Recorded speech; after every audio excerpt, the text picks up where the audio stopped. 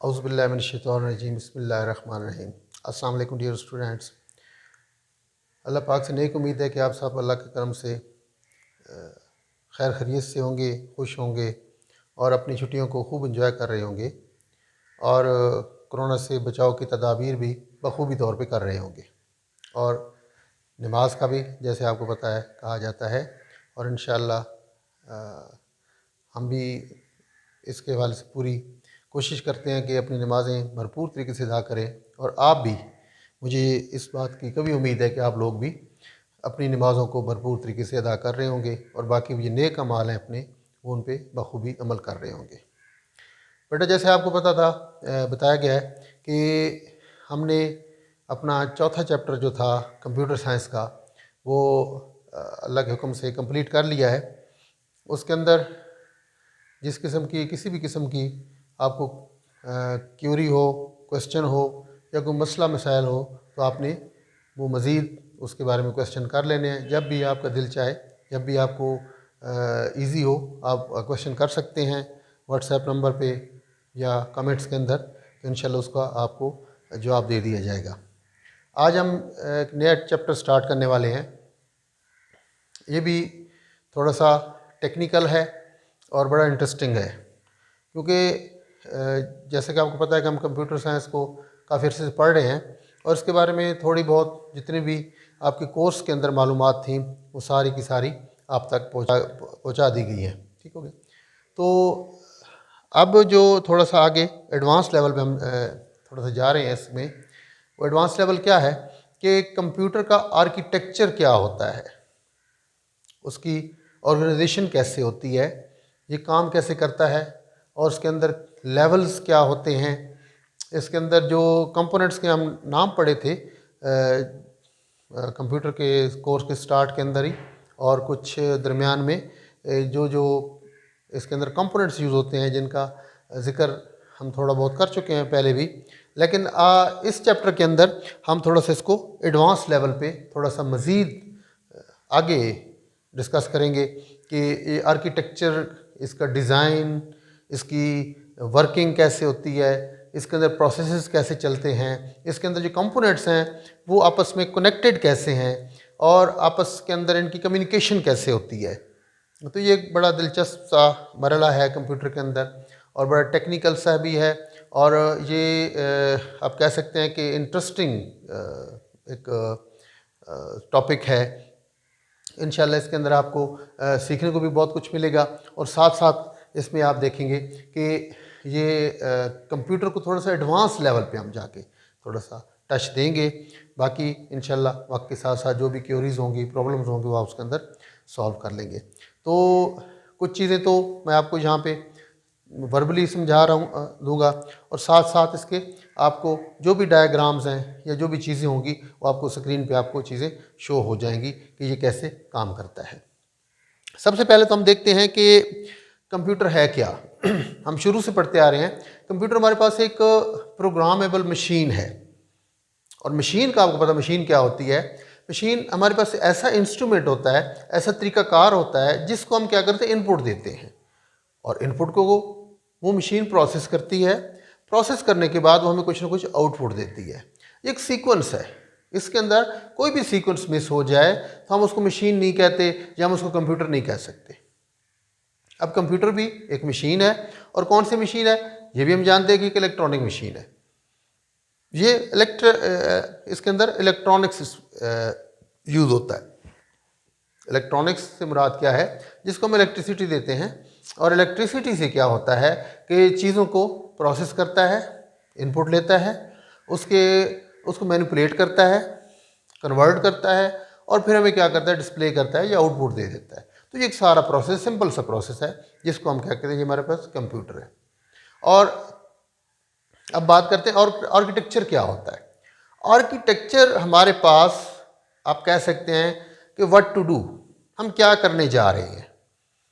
हम कोई भी काम करते हैं उसका पहले एक आर्किटेक्चर तैयार करते हैं, उसका एक नक्शा तैयार करते हैं, उसका मैप तैयार करते हैं।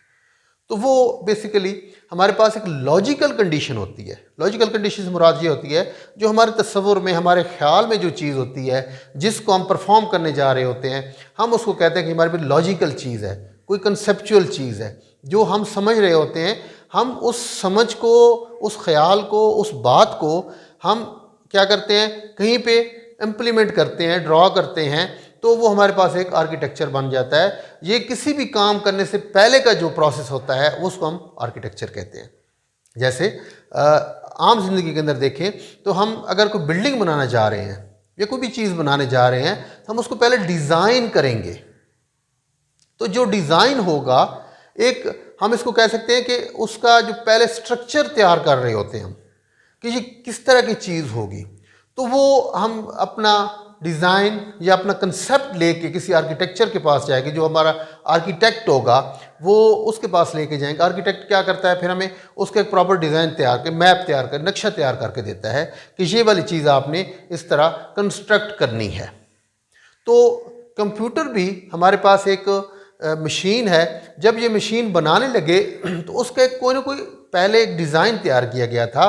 तो ये वाला डिज़ाइन वो हमारे पास एक लॉजिकल कंसेप्चुअल चीज़ थी जो कन्वर्ट की गई किसी न किसी मैप के ऊपर, किसी न किसी नक्शे के ऊपर, किसी न किसी कागज़ पे या किसी न किसी डिज़ाइन पे हम क्या करें, अपनी जितनी भी चीज़ें थी उस पर इम्प्लीमेंट कर दी। और उसके अंदर कुछ फ्लो बताए गए, कोई तरीक़ाकार बताया गया कि इस तरीके से आपकी मशीन वर्क करेगी।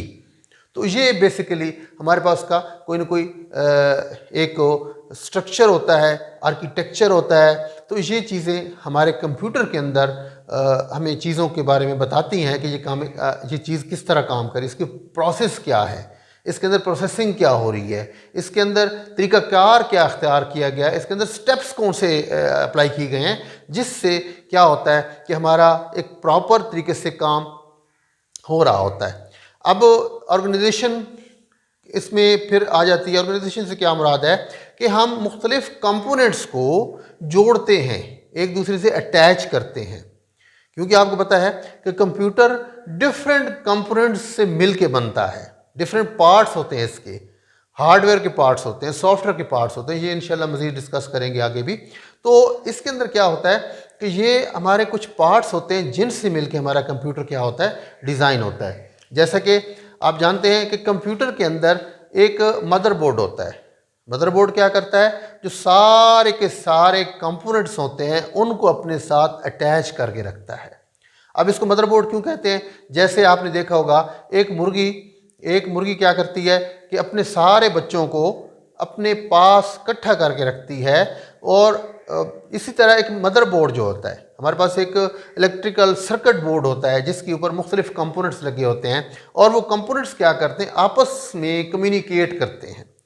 Purpose of motherboard is to communicate among the parts, कि हमारे जितने भी पार्ट्स लगे होते हैं उसके अंदर CPU आ जाता है, उसके अंदर आपकी मेमोरीज आ जाती हैं, उसके अंदर इनपुट आउटपुट डिवाइसेस आ जाती हैं और मुख्तलिफ चिप्स आ जाती हैं, जिनको लेके वो क्या करता है, उसके अंदर बसेज होती हैं जिनके थ्रू वो क्या करती है, कम्युनिकेशन करता है। तो ये सारा जो प्रोसेस है हम इसको कहते हैं कि ऑर्गेनाइजेशन। क्या कंप्यूटर की ऑर्गेनाइजेशन कैसे होती है और उसका आर्किटेक्चर कैसे बनता है, तो ये सारी चीज़ें इसके अंदर आ जाती हैं। और इसके अंदर जो हमारा पर्पज़ क्या होता है इसको ऑर्गेनाइज करने का, एक क्वेश्चन आता है कि हम इसको ऑर्गेनाइज करते क्यों हैं। तो इसको हम ऑर्गेनाइज्ड आर्किटेक्चर इसलिए बनाते हैं कि हमने उससे मैक्सिमम परफॉर्मेंस लेनी होती है। अगर हमारा आर्किटेक्चर इस हवाले से गलत होगा कि हम उससे मैक्सिमम परफॉर्मेंस नहीं ले सकते, तो हम उसके आर्किटेक्चर के अंदर थोड़ी सी चेंज करेंगे। क्यों कि आर्किटेक्चर का, जैसे आपको थोड़ा बहुत समझ आ गया होगा कि हम आर्किटेक्चर के थ्रू क्या करते हैं, डिफरेंट पार्ट को आपस में कम्युनिकेट करवाते हैं। कम्युनिकेशन आपको पता है क्या होती है। कम्युनिकेशन, हमने अगर एक चीज़ से दूसरी चीज़ के दरमियान कोई डाटा सेंड करना है, कोई बात उस तक पहुंचानी है, तो हम उसको क्या कहते हैं, हमारे पास एक कम्युनिकेशन प्रोसेस होता है। और कम्युनिकेशन प्रोसेस के लिए उनके दरमियान किसी न किसी हिसाब से कनेक्शन होना बहुत ज़रूरी है। जब तक कनेक्शन नहीं होगा तो आपस में कम्युनिकेट नहीं कर सकेंगे। तो इसको लेके हमने क्या करना होता है कि हम इस प्रोसेस को अच्छे तरीके से करने के लिए और इस कम्युनिकेशन को अच्छे तरीके करने के लिए हम कुछ रूल एंड रेगुलेशंस अप्लाई करते हैं, और ये भी हमारे स्ट्रक्चर का हिस्सा होता है, आर्किटेक्चर का हिस्सा होता है। और आर्किटेक्चर से जो चीज़ें हम इससे हासिल करना चाह रहे होते हैं वो किसकी बदौलत हो रही होती हैं, वो उसके अंदर जो रूल्स हैं, रेगुलेशंस होते हैं जिन पे अप्लाई करके हम क्या करते हैं, वो आर्किटेक्चर डिज़ाइन करते हैं। वो रूल्स एंड रेगुलेशन हमारे पास उस ऑर्गेनाइजेशन का हिस्सा होते हैं, और उस ऑर्गेनाइजेशन से, उस कम्युनिकेशन ऑफ कंपोनेंट से हम मैक्सिमम अच्छे तरीके से रिजल्ट्स हासिल करें। अगर हमारे पास कुछ ना कुछ फ्लॉ है, कम्युनिकेशन के दरमियान कोई गैप है, मिसअंडरस्टैंडिंग है, तो हमारे पास जो रिजल्ट्स होंगे वो उस तरीके से हल नहीं हो सकते। अब आपको पहले बताया था कि हम क्या करते हैं, आर्किटेक्चर या डिज़ाइन करते हैं, वो क्या होता है, व्हाट टू डू, हम क्या करने जा रहे हैं। फ़र्ज़ किया मेरे पास 2-3 एलिमेंट्स हैं किसी हिसाब से, इट्स मीन कि मेरे पास 2 है, फिर मल्टीप्लिकेशन है, फिर 3 है। अब मेरे माइंड के अंदर ये क्या है, तो स्ट्रक्चर बना हुआ है कि 2 multiply by 3 what the result will be appear on my screen. तो ये कैसे हो सकता है कि मेरी स्क्रीन पे कौन सा रिजल्ट शो होगा। तो ये मेरे माइंड के अंदर एक प्रोसेस है। मैं ये इंस्ट्रक्शंस किसको देता हूँ, फिर कंप्यूटर को देता हूँ। अब कंप्यूटर क्या करता है, कंप्यूटर इस इंस्ट्रक्शन को लेता है और इस पर कोई प्रोसेस करता है। वो किसके थ्रू कर रहा होगा, वो स्पेसिफिक आर्किटेक्चर जो उसके अंदर होगा, कि उसके अंदर अब मैं किसी चीज़, अब कंप्यूटर को कोई चीज़ दे रहा हूँ तो डेफिनेटली मैं किसी न किसी मीडियम के थ्रू उसको दे रहा हूँगा। वो मीडियम कौन सा है हमारे पास, वो हमारे पास इनपुट डिवाइसेस हैं। इनपुट डिवाइसेस क्या होती हैं, वो कंप्यूटर के साथ अटैच होती हैं, यूएसबी के साथ, पीसीआई पोर्ट के थ्रू या किसी और पोर्ट के थ्रू हमारे पास इसके इंफ्रारेड भी आ सकती है, ब्लूटूथ भी आ सकती है, वट एवर जो हमारे पास कम्युनिकेशन हमने पहले पढ़े थे इनपुट डिवाइसेस, वो किस तरीके से उन्होंने इनपुट दी। और फिर क्या था हमारे, हमने कहा कि उसको वो प्रोसेस करता है, वो हमारे पास क्या होता है, वो सीपीयू होता है। सीपीयू को हम इंशाल्लाह मज़ीद भी डिस्कस करेंगे वो काम कैसे करता है। तो वो सीपीयू क्या होता है, वो भी हमारे आर्किटेक्चर का हिस्सा होता है। इनपुट डिवाइस होती है, हमारे आर्किटेक्चर का हिस्सा होती है। फिर उसके बाद मेमोरीज होती हैं, मेन मेमोरी होती है, सेकेंडरी मेमोरी होती है। ये चीज़ें भी इंशाल्लाह मज़ीद इसको डिस्कस करेंगे। तो हमारे इनपुट, फिर मेमोरी, फिर हमारा प्रोसेसर, सेंट्रल प्रोसेसर यूनिट जो होता है वो काम करता है, और फिर हमारे पास क्या होते हैं, आउटपुट डिवाइसेस होते हैं जो इस चीज़ को मैनिपुलेट करके हमें डिस्प्ले करा रही होती हैं। तो ये सारा जो प्रोसेस है, ये इसको हम क्या कहते हैं, ये हमारे पास क्या है, कंप्यूटर का आर्किटेक्चर है। इसकी पिक्चर आप देख रहे होंगे स्क्रीन के अंदर। तो इसके अंदर क्या है कि ये इसके अंदर एक पूरा प्रोसेस दिखाया गया आपको। ये आपको इसमें समझ आ जाएगी कि ये कैसे काम कर रहा है। इसको हम फर्दन भी आपकी कंप्यूटर स्क्रीन पे वो आपको दिखा दिया जाएगा ये काम कैसे करते हैं। तो ये हमारे पास इसका परफॉर्मेंस जो हम कर रहे थे, तो वो किस तरह इसको हम परफॉर्म कर रहे थे। उसके बाद हमने क्या करना होता है कि जब हम इस आर्किटेक्चर को बना लेते हैं तो हम अगला प्रोसेस क्या होता है हमारे पास, अगले प्रोसेस के अंदर क्या है कि हम इसको इम्प्लीमेंट करते हैं। जैसा कि हम आपको पहले बताया था, जब भी हमको प्लान करते हैं किसी चीज़ का, प्लानिंग के अंदर क्या होता है, प्लानिंग के अंदर हम क्या करते हैं कि चीज़ों को पहले से लॉजिकल, जो हमारे पास आर्गूमेंट्स होते हैं, लॉजिकल हमारे पास जो चीज़ें हमारे माइंड के अंदर चल रही होती हैं, जहन के अंदर, हम उसको पेपर पे या किसी ऐसे इंस्ट्रूमेंट पे उसको ड्रॉ करते हैं। जब ड्राइंग हो जाती है तो अगला प्रोसेस क्या होता है कि हम उन ड्राइंग्स को, उन हमारे आर्किटेक्चर्स को भेज देते हैं जो कंस्ट्रक्टर होता है, जो चीज़ें बनाने वाला होता है, और वही हम क्या करते हैं, उसको इम्प्लीमेंट करता है। तो आर्किटेक्चर भी हमारे पास पहले डिज़ाइन हुआ, उसके बाद क्या इसका प्रोसेस था इम्प्लीमेंटेशन का। इम्प्लीमेंटेशन हमारे पास क्या है, जैसा कि आप देख रहे हैं कि इसके अंदर हमारे पास एक पूरा यूनिट होता है। इस यूनिट में क्या है, इस यूनिट के अंदर देखें कि हमारे पास एक सेंट्रल प्रोसेस यूनिट है, इसके अंदर हमारे पास मेमोरीज हैं, इसके बाद हमारे पास इनपुट डिवाइसेस हैं, उसके बाद हमारे पास कुछ ना कुछ आउटपुट डिवाइसेस हैं। तो और इसके दरमियान आप देखें कुछ बसेस का भी जिक्र किया गया है।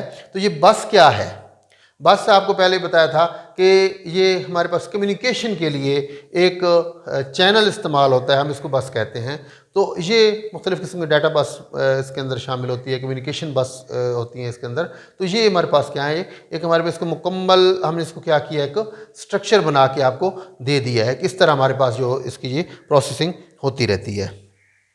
और ये क्या करता है, इसके अंदर पहला यूनिट आपको पता है कि एक सीपीयू है। सीपीयू क्या करता है, सीपीयू हमारे पास एक माइंड के तौर पे काम करता है। ये एक सर्किट सा होता है। सर्किट से मुराद क्या है, इसके अंदर डिफरेंट आपके कुछ छोटे छोटे पुर्जे लगे होते हैं, डायोड्स लगे होते हैं, ठीक हो गया। इसी सर्किट्स के ये मिलके इंटीग्रेटेड आईसी जिसे हम कहते हैं, वो इसके अंदर लगे होते हैं। बेशुमार किस्म के, लाखों की तादाद के अंदर होते हैं इसके अंदर। और वो क्या करते हैं, हमारी इनपुट लेते हैं और इनपुट को उसी हिसाब से क्या करते हैं, जिस हिसाब से इसके अंदर प्रोग्रामिंग की गई होती है। क्योंकि ये भी हमारे पास एक प्रोग्राम होता है, प्रोग्राम मशीन है, तो ये भी हमारे पास प्रोग्राम होता है। जिस तरीके से इसको प्रोग्रामिंग किया गया होता है, प्रोग्राम किया गया होता है, तो ये उन इंस्ट्रक्शंस को लेके उस पर क्या करता है, उसके अंदर मैनिपुलेशन करता है, एडिशन करता है, सब्ट्रैक्टिंग करता है, जो भी इसको हम क्या कहते हैं, इसके अंदर मैनिपुलेशन किसी भी हिसाब से करनी होती है, वो क्या करता है, इसको सारे के सारे प्रोसेस को वो इस तरह हल करता है। तो ये उसके बाद हमारे पास मेमोरीज आ जाती हैं। मेमोरीज क्या होती हैं, मेमोरीज हमारे पास दो किस्म की होती हैं, आपको पता है। एक हमारे पास प्राइमरी मेमोरी होती है, दूसरी हमारे पास सेकेंडरी मेमोरी होती है। प्राइमरी मेमोरी जिसके अंदर रैम और रोम आ जाते हैं, सेकेंडरी के अंदर हार्ड डिस्क आ जाती है, या कोई और डिफरेंट जो हमारे पास डिवाइसेस हैं वो आ जाती हैं। तो वो इनको लेके क्या करते हैं वो, और मेमोरी कनेक्टेड होती है किसके साथ, हमारी इनपुट डिवाइस के साथ भी होती है और आउटपुट डिवाइस के साथ भी होती है, और प्रोसेसर के साथ भी हमारे पास उसकी कनेक्टिविटी मौजूद होती है। तो इस तरह ये क्या करते हैं, हमारा एक प्रोसेस कंप्लीट होता है और हम इनपुट से लेके आउटपुट को इसको अपने साथ अटैच कर लेते हैं। और उसके अंदर एक मॉडल इस्तेमाल करते हैं जिसको हम ISA कहते हैं। तो ISA ये इंस्ट्रक्शन सेट ऑफ आर्किटेक्चर होता है कि इसके अंदर हमारे पास जो इंस्ट्रक्शंस होती हैं वो इसको सेट ऑफ इसको जो इंस्ट्रक्शन के बार बार लफ्ज़ इस्तेमाल कर रहा हूँ। इंस्ट्रक्शन बेसिकली क्या होते हैं, इंस्ट्रक्शंस हमारे पास सॉफ्टवेयर्स को हम इंस्ट्रक्शन कहते हैं, लाइन ऑफ कोड्स को हम इंस्ट्रक्शंस कहते हैं। कि हमने कंप्यूटर को क्या चीज़ दी है, वो कौन सी चीज़ है जो हम कंप्यूटर को प्रोवाइड कर रहे हैं, और कंप्यूटर जिसकी बेस पे कोई परफॉर्मेंस कर रहा है, कोई परफॉर्म कर रहा है, कुछ जो कोई अमल कर रहा है, वो क्या होती हैं, सेट ऑफ इंस्ट्रक्शंस होती हैं। जैसे हमारे पास प्रोग्रामर्स होते हैं जो क्या करते हैं, कंप्यूटर के अंदर कोई प्रोग्राम लिखते हैं, किसी भी हवाले से कोई प्रोग्राम लिखते हैं। वो प्रोग्राम क्या होता है, वो इंस्ट्रक्शंस होती हैं, वो हदायत होती हैं कि अगर आपको ये चीज़ दी जाए तो आपने क्या करना है, इसको इस तरह सॉल्व करना है। आपको इस तरह की कोई चीज़ मिल जाए तो आपने इसको इस तरह हैंडल करना है। तो ये सारी चीज़ें क्या होती हैं हमारे पास, ये प्रोग्राम होते हैं। अब प्रोग्रामर की डिफरेंट टाइप्स होती हैं, आपको पढ़ा था, जिसके अंदर बेसिक आपकी असेंबली लैंग्वेज होती है। और हमें ये भी पता है कि हमारा जो कंप्यूटर है वो कौन सी लैंग्वेज समझता है, वो हमें पता है। वो हमारे पास बाइनरी डिजिट्स को, बाइनरी लैंग्वेज जिसे हम कहते हैं, असेंबली जो बेसिक लैंग्वेज है वो उसको अंडरस्टैंड करता है। और बाइनरी लैंग्वेज क्या है हमारे पास, वो 0 और 1 की फॉर्म के अंदर है। इसके अलावा कंप्यूटर को कुछ समझ नहीं आता। अब हमने जो हमारा ऑपरेटिंग सिस्टम होता है वो हमारी अपनी जो लैंग्वेज है, जिस तरह हम कोई लैंग्वेज इस्तेमाल करते हैं कि जैसे C के अंदर प्रोग्राम लिखते हैं कि print F this is my first program. तो ये हमारे पास एक लैंग्वेज है, वो हम क्या कह रहे हैं इसको कि this is my first program को आपने क्या करें, प्रिंट करवाना है स्क्रीन के ऊपर। तो कंप्यूटर इस चीज़ को नहीं समझता। कंप्यूटर क्या समझता है, वो 0 और 1 की फॉर्म को समझता है। अब हमने क्या किया, हमने इस जो कोड है प्रिंट F का, वो कोड समझा दिया अपने ऑपरेटिंग सिस्टम को कि अगर इस किस्म को कोई स्ट्रक्चर, इस किस्म की लैंग्वेज आपके पास है, या इस किस्म की कोई हिदायत है, तो उसका 0-1 की फॉर्म के अंदर क्या, किस तरह इसको कन्वर्ट करना है। तो ये कन्वर्जन होती है। ये आप जब जाएंगे इंशाल्लाह अपने नेक्स्ट प्रोग्राम्स के हायर क्लासेस के अंदर जाएंगे तो ये असेंबली लैंग्वेज भी आपको, ये दूसरी लैंग्वेज C++ है, ये आपके सेकेंड ईयर के में शामिल है, C लैंग्वेज होती है। तो इसके अंदर पढ़ेंगे कि ये किस तरह हम इसको प्रोग्राम करते हैं। और असेंबली लैंग्वेज है, ये थोड़ी सी हाई लेवल क्लास के आपके BCS MCS में आ जाती है। तो उसके अंदर भी होता है कि आपकी ये स्ट्रक्चर कैसे बनते हैं, यह आपकी असेंबली लैंग्वेज काम कैसे करती है। तो ये चीज़ें, अब हमारा मकसद क्या था? हमारा मकसद था कि हमने कुछ इंस्ट्रक्शन दी हैं, एक ह्यूमन ने, किसको? एक मशीन को। अब मशीन और जो इन ह्यूमन है आपस के अंदर किस तरह इंटरेक्ट कर रहे हैं, आपस के अंदर किस तरह कम्युनिकेट कर रहे हैं, आपस के अंदर इनकी बातचीत कैसे हो रही है। तो वो एक लाइन ऑफ कोड्स होते हैं जो अंडरस्टैंडेबल होते हैं, किसके लिए? कंप्यूटर के लिए भी होते हैं, उस मशीन के लिए भी होते हैं, और अंडरस्टैंडेबल किसके लिए भी होते हैं? वो ह्यूमन के लिए भी होते हैं। तो ये कन्वर्जन जो है, ये भी हमारा एक तरीक़ाकार होता है, किसके ये हमारे आर्किटेक्चर में शामिल होता है कि इस तरह हमने डिज़ाइन किया, इसके अंदर प्रोसेस ये होगा और इस तरह ये अपना काम परफॉर्म करेगा। तो ये हमारे पास एक बेसिक सा इंट्रोडक्शन था आर्किटेक्चर का, ऑर्गेनाइजेशन का, और इसके अंदर जो परफॉर्मेंस हो रही होती है, इसके अंदर जो छोटे मोटे पार्ट्स होते हैं वो किस तरह अरेंज होते हैं। तो ये हमारे पास एक छोटा सा एक इंट्रोडक्शन था। इंशाल्लाह नेक्स्ट लेक्चर के अंदर हम इसके जो फर्दर डिटेल्स हैं, इनके प्रोसेसर की, रैम रोम की होगी, सेकेंडरी या डिवाइसेस होती हैं हमारे पास जो, या पेरिफेरल डिवाइसेस होती हैं इसके अंदर, तो वो किस तरह परफॉर्मेंस करती हैं। तो इसको इंशाल्लाह नेक्स्ट लेक्चर के अंदर मज़ीद हम डिटेल के अंदर डिस्कस करेंगे और मज़ीद आपकी जितनी भी क्वेरीज हैं इसके अंदर इंशाल्लाह दूर हो जाएंगी। तब तक के लिए इजाज़त, अपना ख्याल रखिएगा, दुआ में याद रखिएगा। अल्लाह हाफिज़।